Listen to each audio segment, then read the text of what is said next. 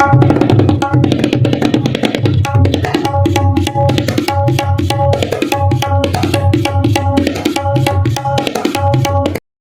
नगर परिषद निवडणुकीच्या पार्श्वभूमीवर अमळनेर येथे शिवसेना शिंदे गटाचे खासदार श्रीकांत शिंदे यांच्या भव्य सभेचे आयोजन यावेळी करण्यात आले होते।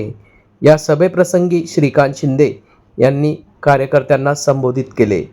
यावेळी जळगाव जिल्ह्याचे पालकमंत्री गुलाबराव पाटील, शालेय शिक्षण मंत्री दादा भुसे, शिवसेना शिंदे गटाचे सचिव भाऊसाहेब चौधरी, माजी आमदार शिरीष चौधरी, अमळनेर नगर अध्यक्षपदाचे उमेदवार डॉक्टर परिषद बाविस्कर, शिवसेना शिंदे गटाच्या महिला आघाडी प्रमुख सरिता माडिक कोल्हे, शिवसेना शिंदे गटाचे जिल्हा प्रमुख वासुदेव मराठे, शिवसेना शिंदे गटाचे जिल्हा प्रमुख विष्णू भंगाडे यांच्यासह शिवसेनेच्या पदाधिकाऱ्यांची मोठ्या संख्येने उपस्थिती होती।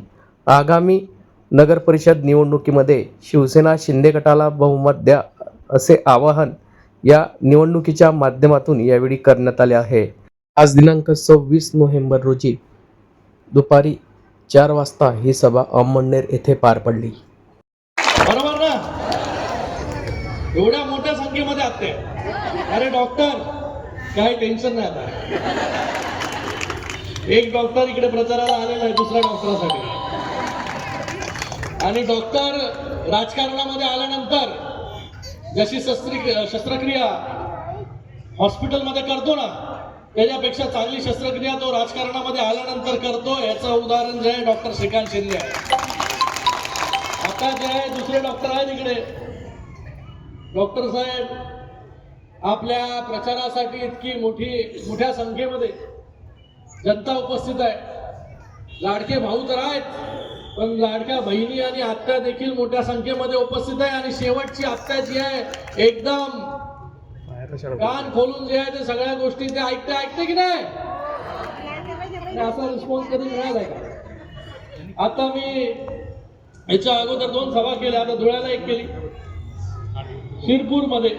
शिरपूरमध्ये देखील अशाच आत्या आणि बहिणी ज्या आहेत लाडक्या बहिणी मोठ्या संख्येमध्ये उपस्थित होत्या। आणि तिथे देखील एक ठाकूर होता, तिथे जसा आहे बरोबर ना भुसे साहेब, तिथे तर निवडणुका पहिल्या होतच नव्हत्या, पण आता तिथे देखील निवडणुका ज्या आहेत या एकदम अटीतटीच्या झालेल्या आहेत। कारण की लोकांचा विश्वास जो आहे हा शिवसेनेवरती धनुष्यबाणावरती जो आहे वाढत चाललेला आहे। उपमुख्यमंत्री एकनाथ शिंदे साहेबांवरती, आपल्या लाडक्या भावावरती जो आहे हा वाढत चाललेला आहे। आपल्याच आशीर्वादाने या विधानसभेमध्ये महायुतीचं सरकार पुन्हा मोठ्या बहुमताने निवडून आलं। इथे गुलाबराव पाटील म्हणत होते लोकसभेच्या निवडणुका झाल्या, लोकसभेच्या निवडणुकीमध्ये या महाराष्ट्रामध्ये विरोधी पक्षाच्या 31 जागा निवडून आल्या, आणि 31 जागा निवडून आल्यानंतर महाविकास आघाडी आता बोलली की आता काय महायुतीचं सरकार परत येत नाही। मग ते लागले त्यांच्या कामाला, चल तू ये मंत्री बन जा, तू मंत्री बन जा, तू मुख्यमंत्री बन जा, तू उपमुख्यमंत्री बन जा। खाते वाटप इलेक्शनच्या अगोदरच जाहीर, आणि मग एंट्री झाली लाडक्या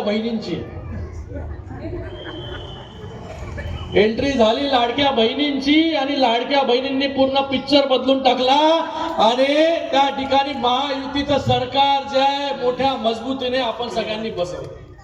ही एवढी ताकद जी आहे लाडक्या बहिणींची आहे, एवढी ताकद आपल्या लाडक्या भावांची आहे, शेतकऱ्यांची आहे।